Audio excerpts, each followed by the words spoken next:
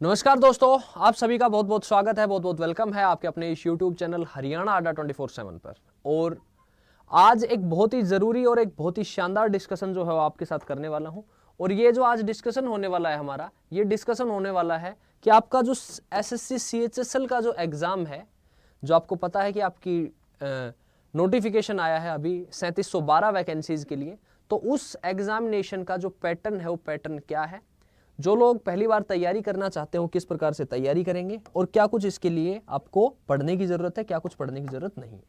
तो चलिए शुरू करते हैं, स्टार्ट करते हैं। देखिए, ये जो आपको दिखाई दे रहा है, ये मैंने आपका ऑफिशियल नोटिफिकेशन जो है उसी में से एक कटिंग करके और मैंने यहाँ पे आपके सामने प्रस्तुत किया है। आप देखेंगे कि इसमें जो इंग्लिश है उसमें लिखा है basic language, basic knowledge English language की 25 क्वेश्चन है और 50 मार्क्स है। जनरल इंटेलिजेंस 25 क्वेश्चन है, 50 मार्क्स हैं। Quantitative aptitude 25-50, general awareness 25-50।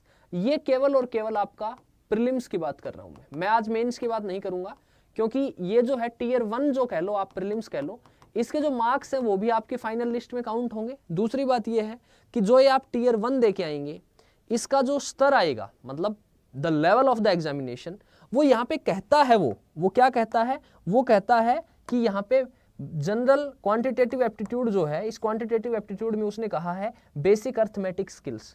But आप एक बार प्रीवियस ईयर क्वेश्चन देखेंगे तो आप समझ पाएंगे कि एडवांस का अगर 25 क्वेश्चन आ रहे हैं तो आप मान के चलिए 13-14 क्वेश्चन जो होंगे वो एडवांस मैथ से होंगे, या 12 क्वेश्चन तो आप श्योरली मान ही सकते हैं। 50% से ज्यादा जो वेटेज है वो एडवांस मैथ का है। अर्थमेटिक का वेटेज 50% और 50% से कम है।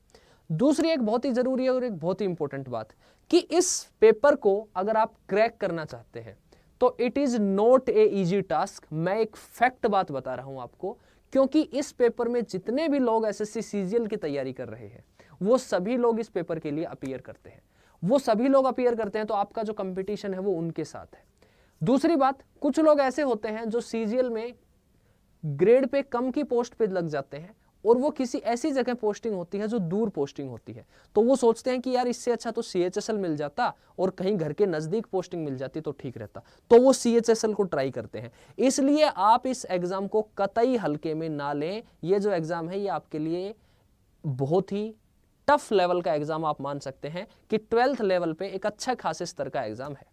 अब मैंने कहा टफ लेवल का एग्जाम है, तो टफ मैं इसलिए नहीं कह रहा कि प्रश्न जो है वो बहुत हाई लेवल के आएंगे, नहीं, 10th तक के क्वेश्चन आएंगे। बट आपकी जो अप्रोच होनी चाहिए, आपकी जो स्ट्रेटजी होनी चाहिए इस एग्जाम को क्रैक करने की, वो बहुत सही होनी चाहिए।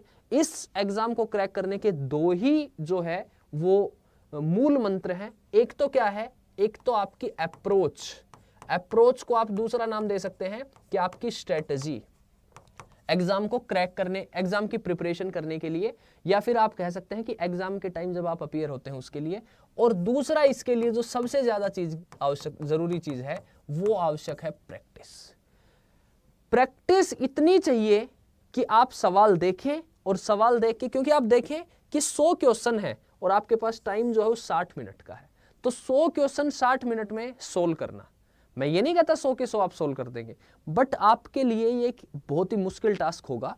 क्योंकि देखो, यहां पे आपको पेपर जब अटेम्प्ट करेंगे तो जो जनरल अवेयरनेस है, ये जनरल अवेयरनेस आपकी 4 से 5 मिनट में सोल्व हो जानी चाहिए, तभी आप इस पेपर को कर पाएंगे। जो इंग्लिश लैंग्वेज है, वो इंग्लिश लैंग्वेज आपकी 10 से 12 मिनट में सोल्व हो जानी चाहिए, क्योंकि ये ऐसे सेगमेंट हैं जहां दिखते ही आपको पता चल जाएगा आता है नहीं आता है, आता है नहीं आता है, आता है नहीं आता है। ये जो दो सेगमेंट हैं ये भाई साहब टाइम खींचेंगे।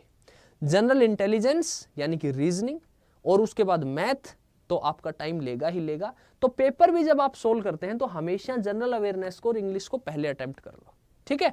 कहीं ऐसा ना हो बाद में टाइम ही ना बचे और जनरल अवेयरनेस में और इंग्लिश में इजी क्वेश्चन हो और वो तुम्हें आते हैं और तुम वहां तक पहुंच ही ना पाओ। इसलिए इन दोनों सेगमेंट को खत्म करो। इसको खत्म करने के बाद रीजनिंग पे आ जाओ, क्योंकि रीजनिंग जो होता है वो जनरली थोड़ा सा इजी सब्जेक्ट माना जाता है कि रीजनिंग को हम इजीली क्या कर सकते हैं, सोल्व कर सकते हैं, हल कर सकते हैं। और उसके बाद आप आ जाओ मैथ पे और आप इस पेपर को इस प्रकार से अगर सोल्व करेंगे तो आप इजीली क्रैक कर सकते हैं। एक दूसरी बात कि इस एग्जाम के लिए पढ़े क्या पढ़े क्या ना पढ़े, इसके लिए मैं सबसे जो आपको एक रामबाण बात बताता हूं, सिर्फ एक चीज कि ये जो एग्जाम है इसके लिए आप 2018 या फिर 2019 से 2018 से और 2023 तक का 2018 से 2023 तक का आप मार्केट में जाएंगे, आपको प्रीवियस ईयर क्वेश्चन मिल जाएंगे। आप गूगल से डाउनलोड करना चाहेंगे, गूगल पे भी आजकल सारी चीजें अवेलेबल है। 2018 से 2023 का PYQs लगा लो, आपका ये एग्जाम कहीं नहीं गया। लेकिन वो PYQs एक बार नहीं, कम से कम 10 बार, मैं फिर कह रहा हूं, कम से कम 10 बार ये PYQs लगा लो। अगर आप ऐसा कर लेते हो तो आप इस एग्जाम को क्रैक कर सकते हैं।